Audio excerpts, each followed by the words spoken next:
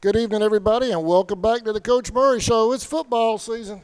Glad to have Coach back. We had you a couple of times, Coach, in the off-season for the alumni basketball game a few weeks ago. You were able to join us for that. And then right at the end of the school year last year, we had you for a little bit. But welcome back. Football is back, Coach. Yeah, glad to be back. I mean, it hits a little bit different being here in the field house. You know, it's time. It's football time. So I'm ready. I hope y'all are as excited, and as you say, the Indian Nation, they're as excited as I am. I'm glad we're getting back on the field. It is. I know. Sammy's prepped over there. He's ready for you. He's got that. What do you call it? Rapid fire. Rapid fire question list over there. So we're going to turn it over to Sammy. Sammy, go ahead, man. All right, thank you. Appreciate it, Coach. We'll just start off right off the bat here. You know, some of the toughest time to start the season off is when you first start practicing.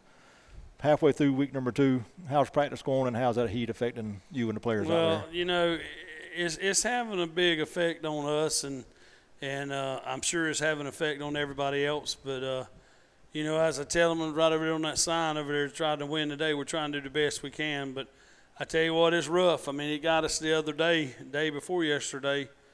We had to go in just shorts and T-shirt. We couldn't wear helmets and things. And at this point in the season, you know, you need to be out there striking folks, you know, every day, at least a bag, every rep you can. But you know, we couldn't do it. I mean, we can't control that.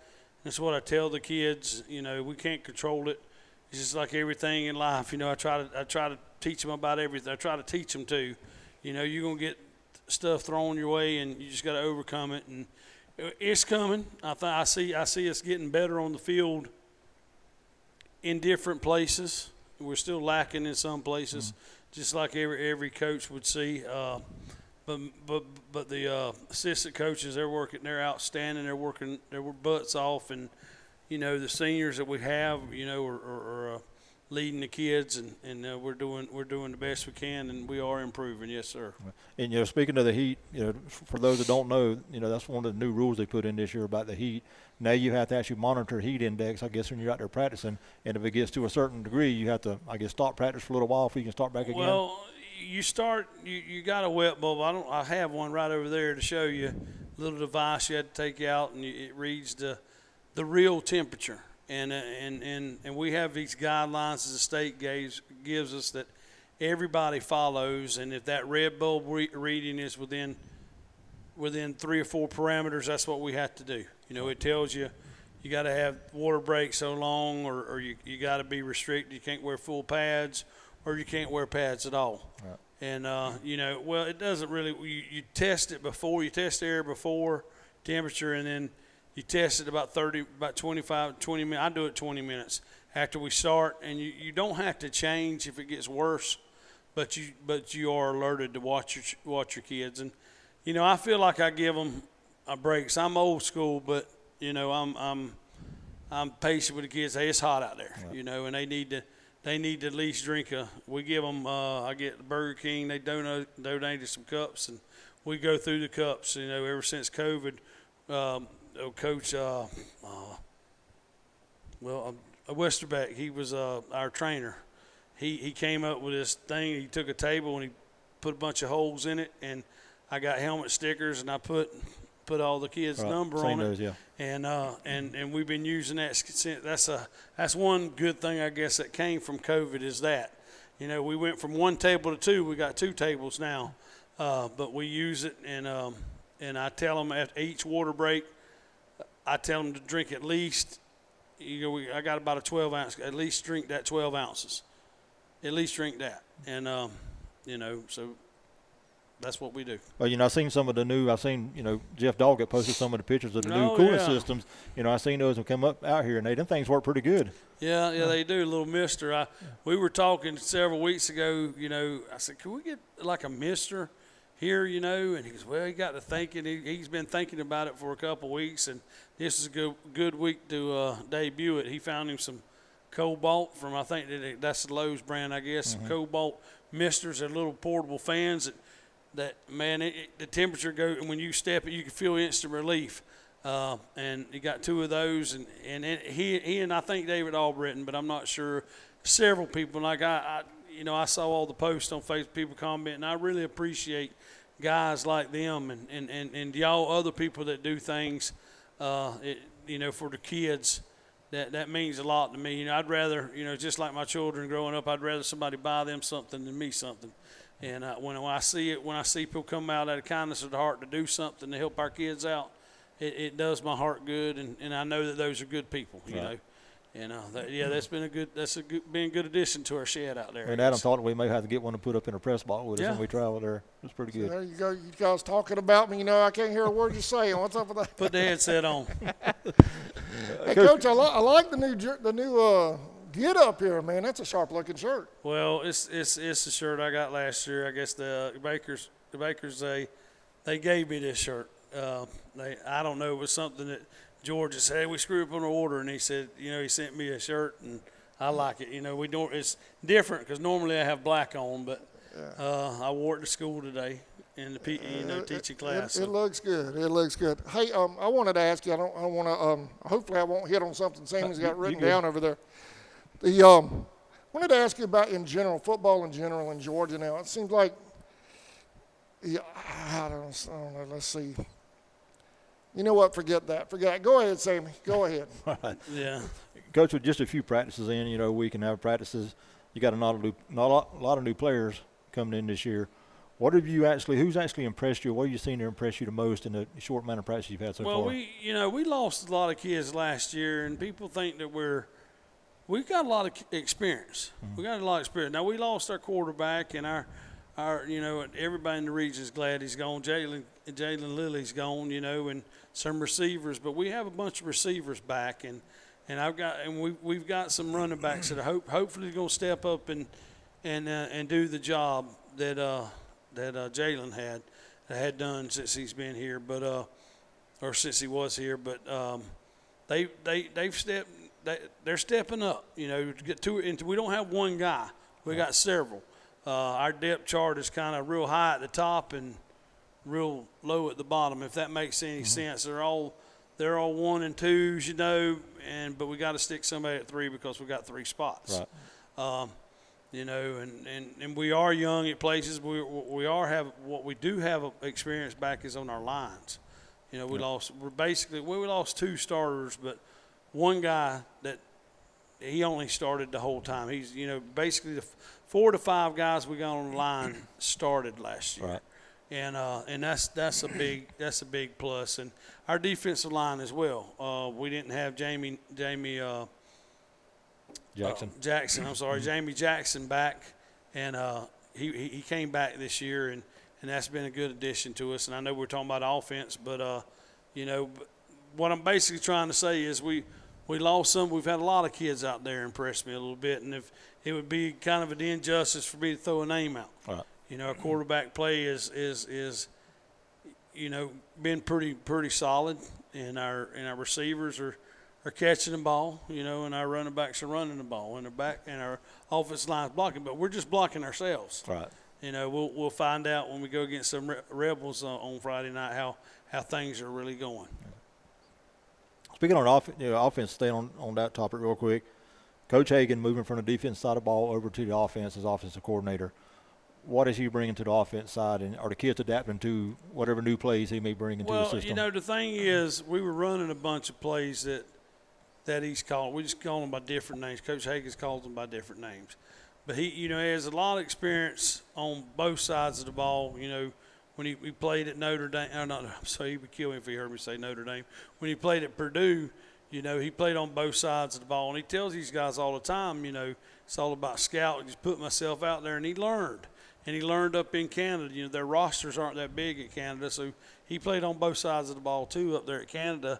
So he was a defensive back / linebacker, rover type guy, but he saw a lot of offense, and they're pass happy up there, and so he learned a lot of stuff, and he has and if our kids can adapt to, he's of course he doesn't teach he would love to teach them every little trick he has, but some people got to have. I think it's going to be something that takes about a couple of 3 years for our guys to just start thinking, oh yeah, we need to do that. This give him. He loves to give, and that's what I love. I love him giving them options. When he calls a play, usually that play is going to be 2 plays.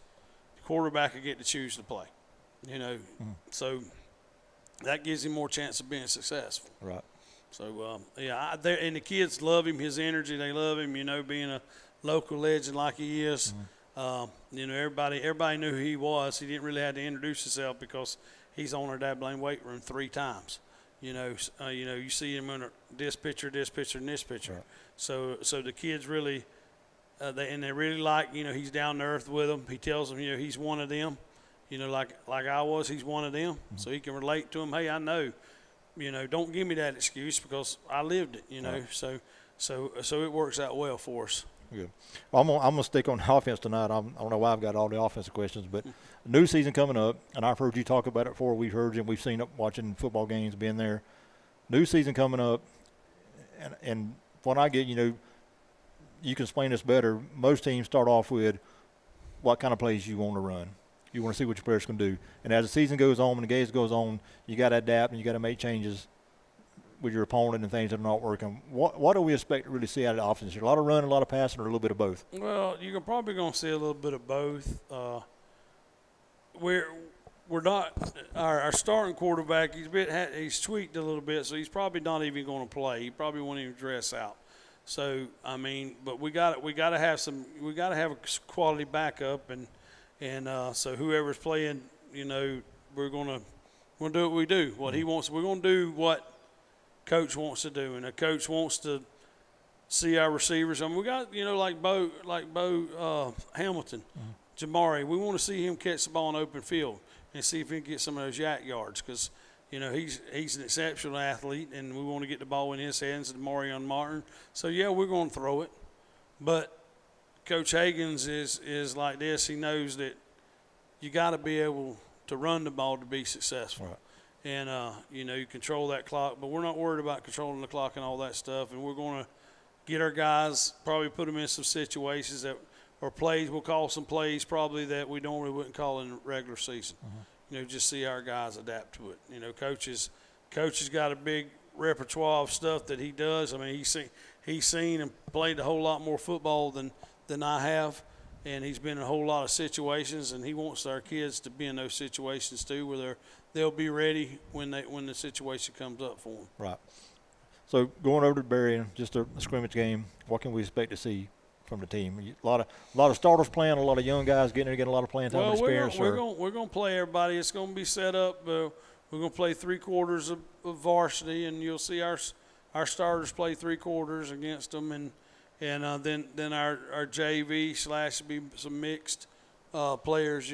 Probably about the 3rd quarter we'll be playing a lot of backups and stuff. But they're a tough opponent. They had a real good running back last year, lost him, but they have a guy that's committed to Florida, of all places. So you might be interested. Both of y'all, I guess, will be interested in that. But everybody can say what they want to about Florida, but it's still in the SEC, and they love their football, and coach is not going to get a guy notice I could hear him when he said Florida. Yeah, that's right. So we'll get to see a guy. I think he's like ready to. Of course, our special teams aren't going to be live, so he won't break it against us. But he's like fixing to break some state record for returns. Okay. I don't know what exactly is, but he's coach really thinks a lot of him. We're talking to him, and our scrimmage will be quick on the quarterback, or maybe no contact on the quarterback at all. Okay. And Coach Hagens is up for that too, because we're already down a quarterback. We're going to be down 2. Right. But I think it'll be exciting. It'll still be hot. Goodness gracious, I'm ready for I want that old sun back. I'm tired of this new sun we've had here the last couple of weeks. But it's exciting time of the year. I can't think of a better time of the year than football season. Right. It just, even though it's a little hotter, it's still, when we walk outside in a minute, we're going to smell that smell that I've smelled ever since I was a kid. It just smells like football season. Right. Hey, guys, better in this locker room, I'm sure. Go ahead. I'm sorry. Go ahead. Let me take a quick break because we've had some new sponsors this year, and I want to get them in, and because we appreciate them. We couldn't do all this without those folks. So we'll be right back. You're watching the Coach Murray Show on CSN.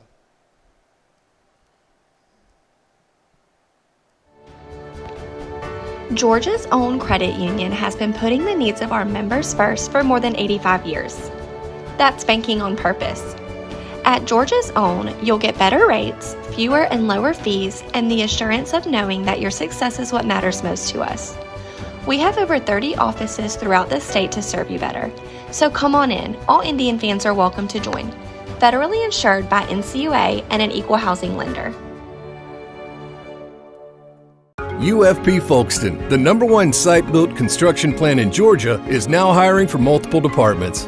We've been around since 2016, and we're located in, you guessed it, Folkestone, Georgia. Around here, we're more than just co-workers. We're like family, and we're part of an international family of companies with a long history of promoting from within. So if you like to work hard and get rewarded for it, this is the place for you. Check out our openings at ufpi.com/careers. In your time of need, give Rob Robertson a call at 912-496-7388. Shepherd Robertson Funeral Home says, "Go Indians."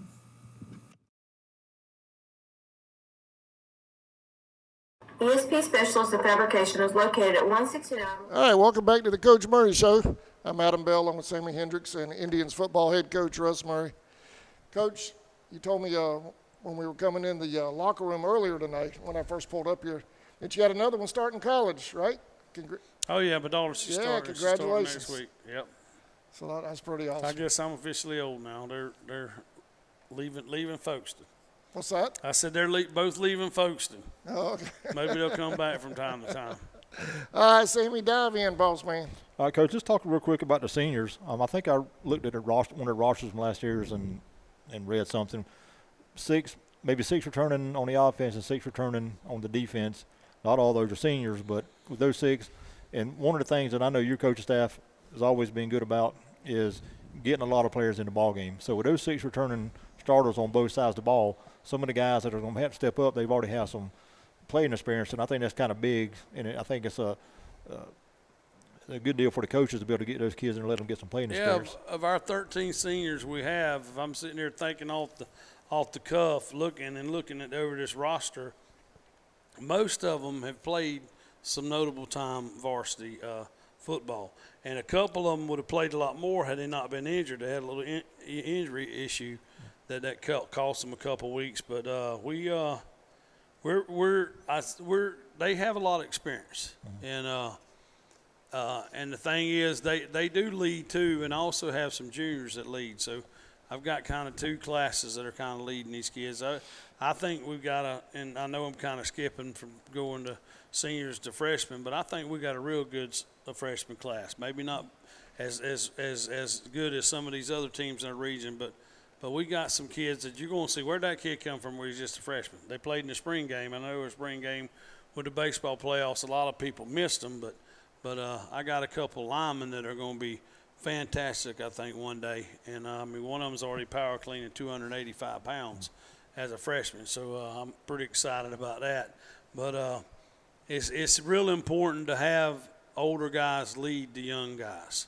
You know, when I started here, you know, we kind of had the cupboard bare, and we had all those young guys that were going to be the heart and soul of the team, and they didn't have any leadership. Right. And the leadership came from the coaches, and you know, and that's important. But the way a team is led by this locker room, right, by the kids in the locker room. If you got a good senior class, and they don't necessarily have to be great players. They have to be good players, of course, but they have to be kids that the younger guys respect and listen to. They have to be that kind of guy, and we got a good solid class like that. You know, not real vocal, but you know, but they will lead a bunch in the battle for sure. I know it was a big boost to the offensive line, and I know it was a big boost to you, especially you being an offensive line guru, get one of the Rogers kids back. You know, he missed all last year with an injury. I seen him out there a couple times, running around a couple times this week, and he looks like he's ready to go. And I know that's a big boost to you guys. Yeah, it is a big deal. I mean, he came back the Turner County game last year when we started region, and he ended up making second team all region. Okay.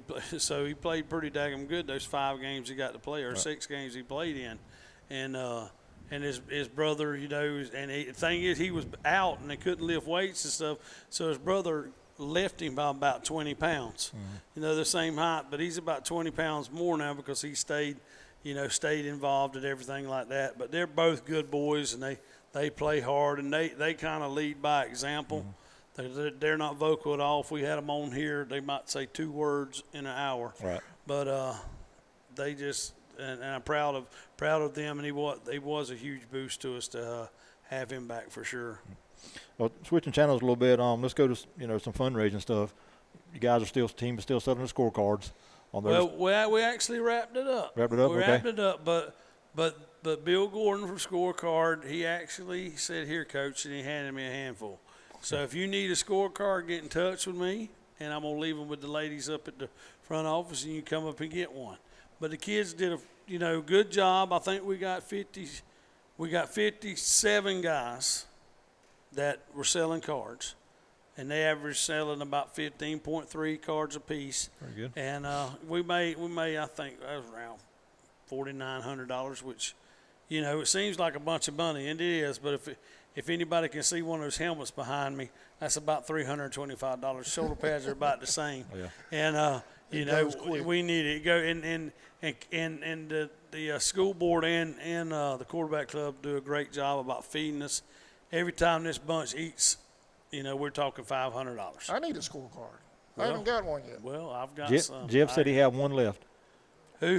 They've only got one left. Jeff said he had one. Jeff's got a pile. I need my scorecard, Jeff. I got them. I got some right in that box there. I can tell you right now, buddy. So you got the hookup? I got the hookup. That's right. Hey, That scorecard is. We've been doing that, and I think Bill said we've been doing it for like 24 years. This is my 29th year, and it seems like we've been doing it for the longest. He worked hand in hand with Coach Mack, and this when I came over, it's a good fundraiser, and it's tied into that that email thing we did during the spring.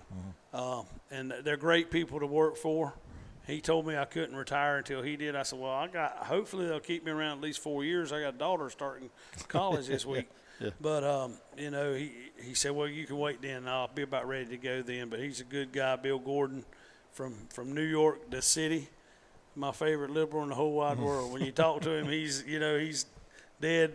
But he said he's not a registered Democrat because he, like me, he can't stand what's going on in Washington, whether it's Democrat or Republican. Yeah. We're okay until we start talking politics, and we got to get away. But just a little plug for Bill Gordon. He does a great job. And there's some good things on there. Ship to Shore's on there. I know that was one that people raised saying about it was off. And he did a good job on getting that back. And R&R that's down there in Hilliard, they're on it. And there's some local ones, but we still miss out. I get it why people don't want to add to it, but there's some good things on that card this year for sure. And I know you want to let everybody know that it's re-sign up time for quarterback club. If you're not a member of the quarterback club, that's come out and join. And yeah, we need your help. These guys, we don't have a real humongous, I guess, membership total. But few guys we got really working. It just would go so much better with more people involved because these are great kids. They put their heart and soul into what we do, and if anybody could help them out, that would be great. We're meeting next Tuesday night in here in the field house. We're usually right around 6:30, so that's the word. Everybody come on and join, and you can see what it's all about, and then you may want to join. But yeah, just no pressure. Just come and see what it's all about, and we'll talk about the scrimmage. Maybe I'll have my coordinators with me, and we'll talk about the scrimmage a little bit. And you can ask us questions, and we'll talk a little football, and then we'll talk about how we're going to feed these boys through the season and different things like that. I want to ask you one more thing, Coach, before we get out of here. Last year was our first season with the experiment with the Florida connection with the Yulee, West Nassau, and University Christian. How do you like that from a logistics standpoint? That's got to be pretty awesome for Oh, yeah. football. I mean, where we are, I mean, Florida schools are closer than Georgia schools. I mean, Hilliard is, 11 miles from where we're sitting. And, I always wanted, and Coach Mack did too, we always talked about let's play 2 Nassau County schools. Let's try to get one at home this year and one away, and let's flip-flop it. So it'll be always like we have a home game, and it'll be big.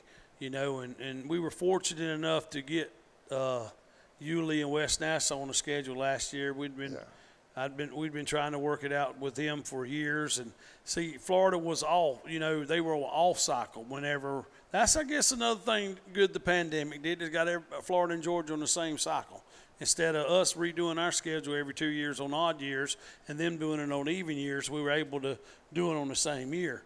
And, and just, I don't know how much longer we're going to be able to be playing Yulee and West Nassau. Their numbers are freaking out the roof, man. Yeah, West And, Nassau. Yulee, I bet they'll hit 2,000 in the next 2 years, and they may be that already. We saw how big that school was as far as because they're doing so much construction, but they were great guys to go up against and give us great looks and quality opponents for sure. They definitely could play in Georgia, both of them, and of course UC. We played them with that board, and they were excellent. I think they ended up beating Trinity out of playoffs last year, didn't they? After they lost to them early in the season. Yep, So that Trinity's like the best school in Jacksonville, I think. But it's something that I'd like to continue, because it's so close. And you just say logistically, yes. I mean, I'd much rather go down to Callahan and be back instead of having to go to, I don't know, Tattnall County. We played them before, and or the school in Savannah. I like playing people we've never played, but in today's world, man, it's tough trying to get kids on the road. They got to go to school. That's what they're here for. You don't want to play on Saturday because that's college football day. So it just makes sense for us to be playing those schools and us playing them in every sport. Just good for the communities for sure. I thought our Road Warriors traveled well last year too. I mean, we went to Yulee last year. That place was packed out. Yeah, I mean, well, that's what you get when you get to school that close to you. Yeah. And when we used to play, and we'll still play Pierce, but when you used to play Brantley, that was tough about the Brantley game. Brantley's probably the closest Georgia school to us, and we've played every year for 40-something years, and all of a sudden we're not going to do it anymore. Why? Well, okay, then we're going to play Atkinson, though. We're going to drive an hour and a half instead of play you. But that's their choice, and that's fine. But it sure was, and it wasn't like it wasn't competitive because they'd beat us two of the last 4 times we played. And we know we'd barely beat them. We played. Now it was for a long time. It was kind of one-sided, but coach does a great job up there with them, and they get better and better and better, and they beat us out of the Frederica 7-on-7 thing this summer. I wish we could play them and some other ones, but the Nassau County schools they're quality opponents, and they get us ready for things. They show us things. I mean, you won't find the better. Yulee's quarterback is the quarterback that took Ware County to the state championship last year. Mm-hmm. So that's what I thought they were kind of missing last year was a quarterback because that receiver they had was something else. Oh yeah. And and we'll worry about them come game 2. Yeah, he transferred back from Ware. Never mind. I'm not going to bring that up. Never mind. But anyway, well. Yeah, he came back home, but anyway, I like playing. To answer your question, I like playing. Yeah. And I hope we continue. I would like to play some more of the schools like in Jacksonville, but they're just so big. We're not ready for some of them right now, but they're big. I used to like playing UC when we played UC back in the day, and we got that rivalry kind of – it wasn't really a rivalry, but they've made it one now. They didn't win one. They finally won one last year, and they won it well. They beat the snot out of us, so – now we got to see if we can kind of get back to make it a rivalry again. You know what I'm saying? It's fun. Rivalries are fun, especially when they're that close. Yeah. It makes it fun for the fans and everybody. Anything else, Coach, before you want to head out? No, that's it. I appreciate y'all having me, and and I hope everybody's excited as I am and the boys are about football season being back. And we get it. We know this is the first time I get to say it, and the first time we get to say it since 2009. We're getting ready to defend the region championship. It was a long time since we won that. So we actually did something. I used to tell the boys all the time, hey, you got to keep working because you've done nothing. Okay, of course, this team hadn't done it. But I finally got to tell them when we won the region, you did something. And that came from work every day. That's what I told the boys today, we got a long ways to go before we get back up there where we were. But if you keep getting better every day, make tomorrow better than today, and so on, and try to win it, you're going to get very close. And I'm excited about this season. Well, that's the plus side of this long non-region schedule. 6 games, you got basically exhibition for 6 games I to wish get ready for region. I wish it was exhibition, brother. There's some well, there's some of us we're gonna get hit in the mouth a lot during that. But I hope the guys can learn from it, and we're gonna surprise some people too. I think I hope I get surprised more than I'm thinking. All right. But we'll see. You play them. We're gonna just try to win today. That's all we can do. Win the day. That's right. Win the day, then win tomorrow, and keep on going. That's right. All right, y'all. I appreciate y'all as always. Thank you, Coach. Okay, yeah, no problem. All right, y'all have a great night. We'll see you live from Berrien County. Kickoff 7:30. Yes, sir. 7:30 Friday night. Road Warriors, y'all make that trip. We'll see you Friday. Thanks for watching.